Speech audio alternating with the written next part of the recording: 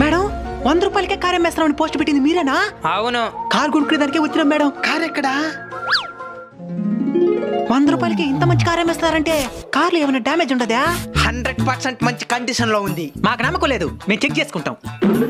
పోరా తమ్ముడు. అన్నా సీట్లు అండి సూపర్ గా ఉన్నాయి. అన్నా ఇంజిన్ కూడా ఎక్సలెంట్ గా ఉంది.